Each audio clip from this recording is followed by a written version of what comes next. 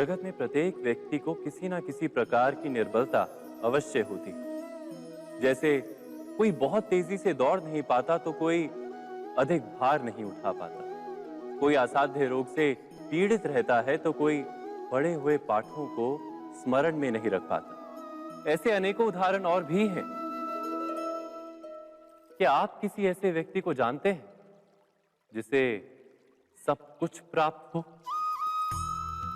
और हम जीवन की उस एक निर्बलता को जीवन का केंद्र मानकर जीते हैं? इस कारणवश हृदय में दुख और असंतोष रहता है सदा। निर्बलता मनुष्य को जन्म से अथवा संजोग से प्राप्त होती है, किंतु उस निर्बलता को मनुष्य का मन अपनी मर्यादा बना लेता है।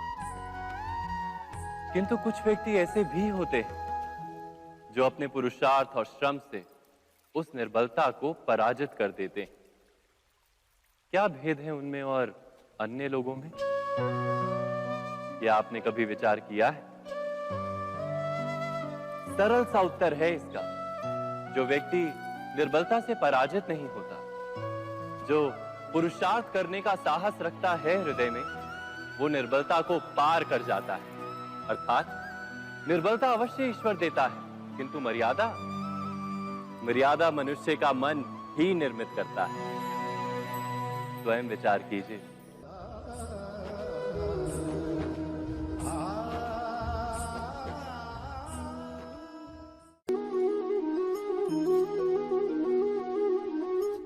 भविष्य का दूसरा नाम है संघर्ष। हृदय में आज इच्छा होती है और यदि पूर्ण नहीं हो पाती तो हृदय भविष्य की योजना बनाता है। भविष्य में इच्छा पूर्ण होगी ऐसी कल्पना करता रहता है, किंतु जीवन ना तो भविष्य में है ना अतीत में। जीवन तो इस क्षण का नाम, अर्थात इस क्षण का अनुभव ही जीवन का अनुभव। पर हम ये जानते हुए भी इतना सा सत्य समझ नहीं पाते। या तो हम बीते हुए समय के स्मरणों को घेर कर बैठे रहते, या फिर आने वाले समय के लिए हम योजनाएं बनाते रहते हैं और जीवन जीवन बीत जाता है। एक सत्य यदि हम हृदय में उतार लें कि ना हम भविष्य देख सकते हैं, ना ही भविष्य निर्मित कर सकते हैं, हम तो केवल धैर्य और साहस के साथ भविष्य को आलिंगन दे सकते हैं, स्वागत कर सकते हैं भविष्य का। तो क्या जीवन का हर पल जीवन से नहीं भर जाएगा? स्वयं विचार कीजिए।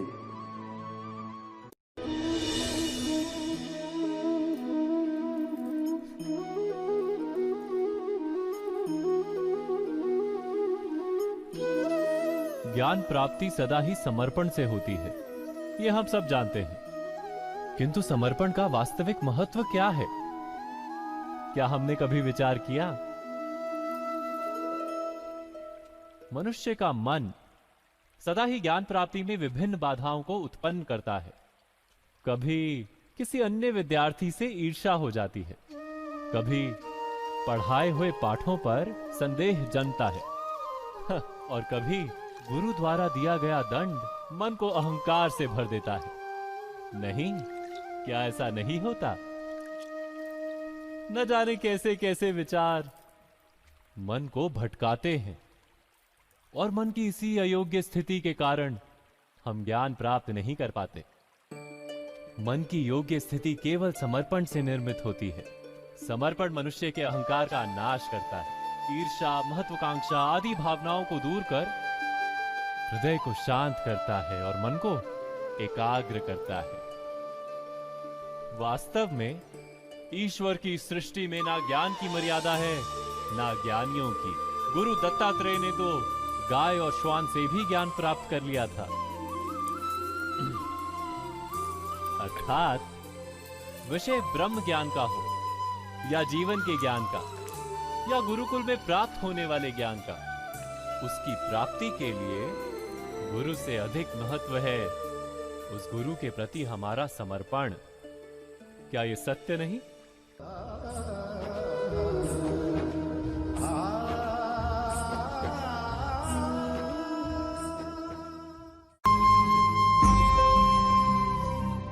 प्रत्येक मनुष्य के जीवन में ऐसा क्षण अवश्य आता है जब सारे स्वप्न, सारी आशाएं, सारे दृश्य ध्वस्त हो जाते हैं। जीवन के सारे आयोजन ही बिखर जाते हैं।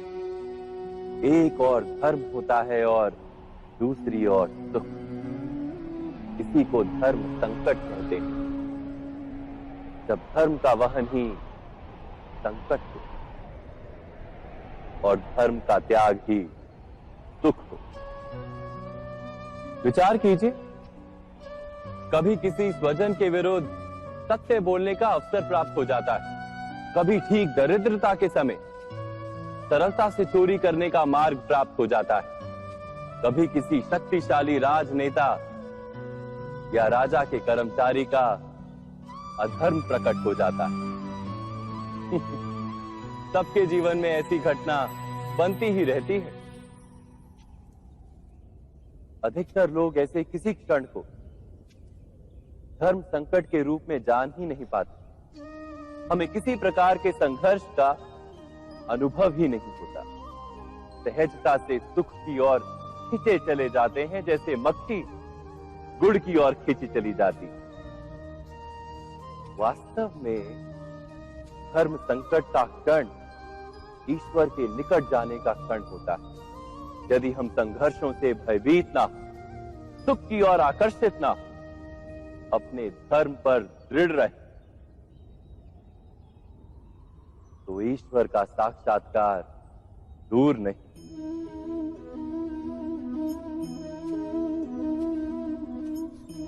पवन से युद्ध करने वाला पत्ता यदि पेड़ से गिरता है तो भी आकाश की ओर उठता है। पवन से झुकने वाली घास वहीं भूमि पर रह जाती है। अर्थात धर्म संकट से यदि हम संकट को ही टाल दें तो सुख तो मिलता है, जीवन बढ़ता है, किंतु क्या चरित्र नहीं टूटता? क्या आत्मा दरिद्र नहीं हो जाती? क्या ईश्वर से अंतर नहीं हो जाता? स्वयं विचार कीजिए। दो व्यक्ति जब निकट आते हैं तो एक दूसरे के लिए सीमाएं और मर्यादाएं निर्मित करने का प्रयत्न अवश्य करते हैं। हम यदि सारे संबंधों पर विचार करें तो देखेंगे कि इन सारे संबंधों का आधार यही सीमाएं हैं जो हम दूसरों के लिए निर्मित करते हैं। और यदि अनजाने में भी कोई अन्य व्यक्ति इन सीमाओं को तोड़ता है तो उसी क्षण हमारा हृदय क्रोध से भर जाता है।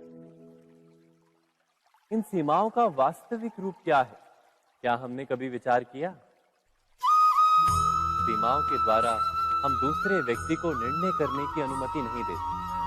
अपना निर्णय उस व्यक्ति पर थोपते हैं, अर्थात किसी की स्वतंत्रता का अस्वीकार करते हैं।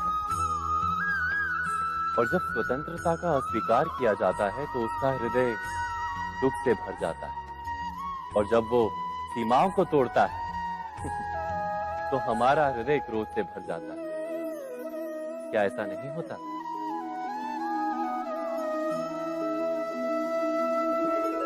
पर यदि एक दूसरे की स्वतंत्रता का सम्मान किया जाए तो किसी मर्यादाओं या सीमाओं की आवश्यकता ही नहीं होती।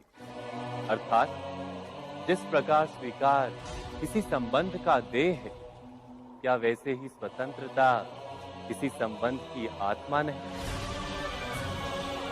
स्वयं विचार कीजिए। सबके जीवन में ऐसा प्रसंग अवश्य आता है कि सत्य कहने का निश्चय होता है हृदय में, किंतु मुख से सत्य निकल नहीं पाता। कोई भय मन को घेर लेता है। किसी घटना अथवा प्रसंग के बारे में बात करना या फिर स्वयं से कोई भूल हो जाए उसके बारे में कुछ बोलना, क्या ये सत्य है? नहीं, ये तो केवल तथ्य है। अर्थात जैसा हुआ था वैसा केवल बोल देना सामान्य सी बात। किंतु कभी कभी उस तथ्य को बोलते हुए भी भय लगता है। कदाचित किसी दूसरे की भावनाओं का विचार आता है मन। दूसरे को दुख होगा ये भय भी शब्दों को रोकता है। तो ये सत्य क्या है? क्या हमने कभी विचार किया है? जब भय रहते हुए भी कोई तथ्य बोलता है तो वो सत्य कहलाता है। वास्तव में सत्य कुछ और नहीं, केवल निर्भयता का दूसरा नाम है। और निर्भय होने का कोई समय नहीं होता, क्योंकि निर्भयता आत्मा का स्वभाव है। अर्थात क्या प्रत्येक क्षण सत्य बोलने का क्षण नहीं होता?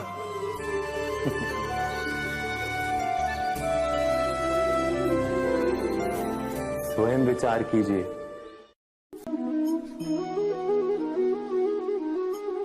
श्रेष्ठता का क्या अर्थ है? श्रेष्ठता का अर्थ है दूसरों से अधिक ज्ञान प्राप्त करना। अर्थात मूल्य इस बात का नहीं कि स्वयं कितना ज्ञान प्राप्त किया, मूल्य इस बात का है कि प्राप्त किया हुआ ज्ञान अन्य लोगों से कितना अधिक है। अर्थात श्रेष्ठता की इच्छा ज्ञान प्राप्ति को भी एक स्पर्धा बना देती है। और स्पर्धा में विजय अंतिम कब होती है?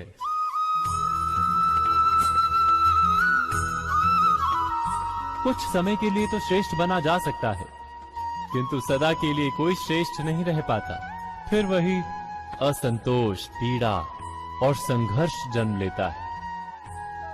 किंतु श्रेष्ठ बनने के बदले यदि उत्तम बनने का प्रयत्न करें तो क्या होगा? उत्तम का अर्थ है कि जितना प्राप्त करने योग्य है वो सब प्राप्त करना, किसी से अधिक पाने की इच्छा से नहीं, मात्र आत्मा की तृप्ति हेतु कुछ प्राप्त करना। उत्तम के मार्ग पर किसी अन्य से स्पर्धा नहीं होती, स्वयं अपने आप से स्पर्धा होती है। अर्थात उत्तम बनने का प्रयत्न करने वाले को देर अबेर सारा ज्ञान प्राप्त हो जाता है, बिना प्रयत्न के ही वो श्रेष्ठ बन जाता है। किंतु जो श्रेष्ठ बनने का प्रयत्न करता है वो श्रेष्ठ बने या ना बने, उत्तम कभी नहीं बन पाता।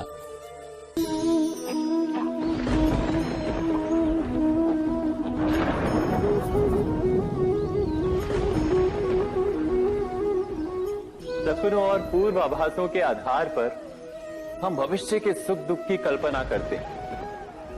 भविष्य के दुख का कारण दूर करने के लिए हम आज योजना बनाते हैं।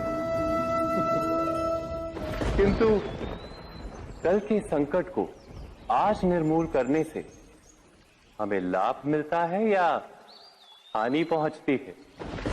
ये प्रश्न हम कभी नहीं करते।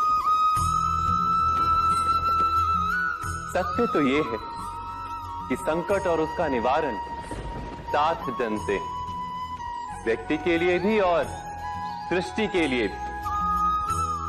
नहीं, आप अपने भूतकाल का स्मरण कीजिए, इतिहास को देखिए। आप तुरंत ही ये जान पाएंगे कि जब जब संकट आता है तब तब उसका निवारण करने वाली शक्ति भी जन्म लेती है। यही तो जगत का चलन है। वस्तुतः संकट ही शक्ति के जन्म का कारण है। प्रत्येक व्यक्ति जब संकट से निकलता है तो एक पद आगे बढ़ा होता है, अधिक चमकता है, आत्मविश्वास से अधिक भरा होता है, न केवल अपने लिए अपितु विश्व के लिए भी। क्या ये सत्य नहीं?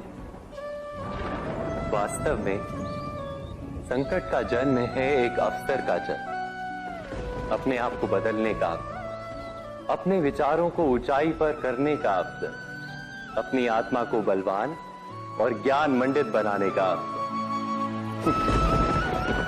जो ये कर पाता है उसे कोई संकट नहीं होता, किंतु जो ये नहीं कर पाता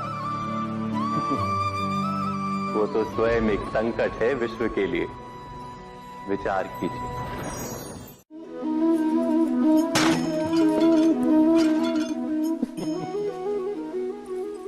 कभी कभी कोई घटना मनुष्य के जीवन की सारी योजनाओं को तोड़ देती और मनुष्य उस आघात को अपने जीवन का केंद्र मान लेता। पर क्या भविष्य मनुष्य की योजनाओं के आधार पर निर्मित होते हैं? नहीं। जिस प्रकार किसी ऊंचे पर्वत पर सर्वप्रथम चढ़ने वाला उस पर्वत की तलाई में बैठकर जो योजना बनाता है, क्या वही योजना उसे उस पर्वत की चोटी तक पहुंचाती है? नहीं। वास्तव में वो जैसे जैसे ऊपर चढ़ता है, वैसे वैसे उसे नई नई चुनौतियां, नई नई विडंबनाएं, नए नए अवरोध मिलते हैं। प्रत्येक पद पर वो अपने अगले पद का निर्णय करता है।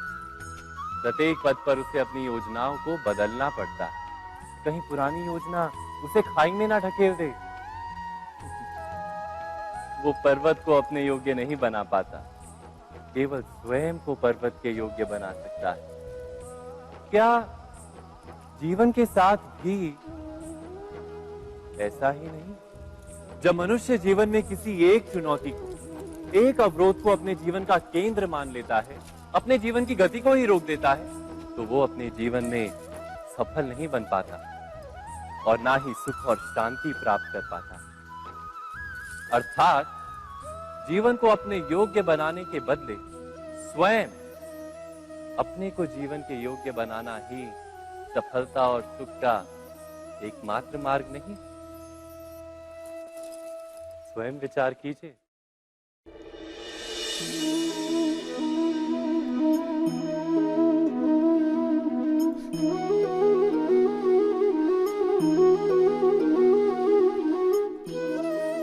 जीवन का हर क्षण निर्णय का क्षण होता है। प्रत्येक पद पर दूसरे पद के विषय में कोई निर्णय करना ही पड़ता है और निर्णय अपना प्रभाव छोड़ जाता है। आज किए गए निर्णय भविष्य में सुख अथवा दुख निर्मित करते हैं, ना केवल अपने लिए, अपने परिवार के लिए भी, आने वाली पीढ़ियों के लिए भी। जब कोई दुविधा सामने आती है तो मन व्याकुल हो जाता है, अनिश्चय से भर जाता है। निर्णय का वो क्षण युद्ध बन जाता है और मन बन जाता है युद्ध भूमि। अधिकतर निर्णय हम दुविधा का उपाय करने के लिए नहीं, केवल मन को शांत करने के लिए लेते हैं। पर क्या कोई दौड़ते हुए भोजन कर सकता है? नहीं। तो क्या युद्ध से जूझता हुआ मन कोई योग्य निर्णय ले पाएगा? वास्तव में शांत मन से जब कोई निर्णय करता है तो अपने लिए सुखद भविष्य बनाता है। किंतु अपने मन को शांत करने के लिए जब कोई निर्णय करता है तो वो व्यक्ति भविष्य में अपने लिए कांटों भरा वृक्ष लगाता है। स्वयं विचार कीजिएगा।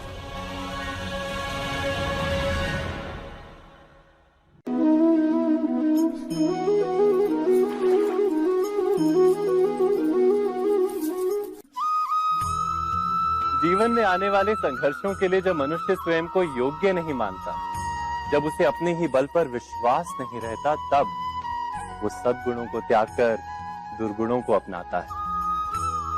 वस्तुतः मनुष्य के जीवन में दुर्जनता जन्म ही तब लेती है जब उसके अंतर में आत्मविश्वास नहीं होता। आत्मविश्वास ही अच्छाई को धारण करता है। ये आत्मविश्वास है क्या?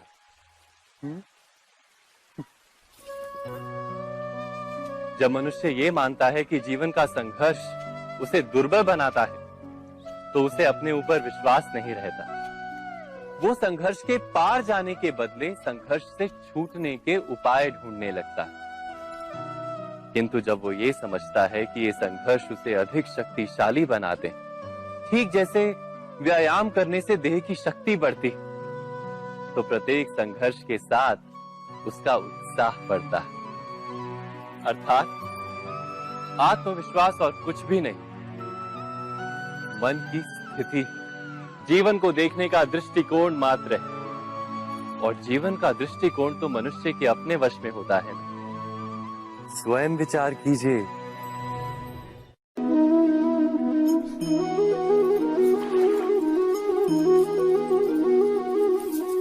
पिता सदा ही अपने संतान के सुख की कामना करते हैं, उनके भविष्य की चिंता करते रहते हैं। इसी कारणवश सदा ही अपने संतानों के भविष्य का मार्ग स्वयं निश्चित करने का प्रयत्न करते रहते हैं।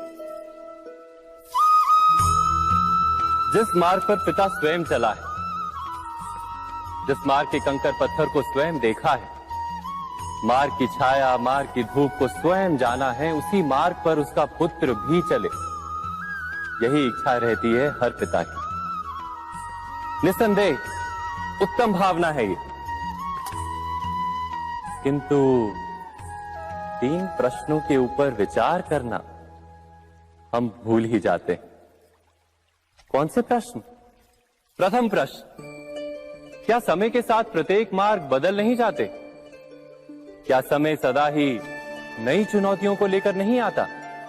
तो फिर बीते हुए समय के अनुभव नई पीढ़ी को किस प्रकार लाभ दे सकते हैं? दूसरा प्रश्न, क्या प्रत्येक संतान अपने माता पिता की छवि होता है? हाँ, संतानों को संस्कार तो अवश्य माता पिता देते हैं, किंतु भीतर की क्षमता तो ईश्वर देते हैं। तो जिस मार्ग पर पिता को सफलता मिली है, विश्वास है कि उसी मार्ग पर उसकी संतानों को भी सफलता और सुख प्राप्त होगा। तीसरा प्रश्न, क्या जीवन के संघर्ष और चुनौतियां लाभकारी नहीं होती? क्या प्रत्येक नया प्रश्न एक नए उत्तर का द्वार नहीं खोलता? तो फिर संतानों को नए नए प्रश्नों, संघर्षों और चुनौतियों से दूर रखना, ये उनके लिए लाभ करना कहलाएगा या हानि पहुंचाना? अर्थात जिस प्रकार संतान के भविष्य का निर्माण करने के बदले उसके चरित्र का निर्माण करना श्रेष्ठ है, वैसे संतानों के जीवन का मार्ग निश्चित करने के बदले उन्हें नए संघर्षों के साथ जूझने के लिए मनोबल व ज्ञान देना अधिक लाभदायक नहीं होगा? स्वयं विचार कीजिए।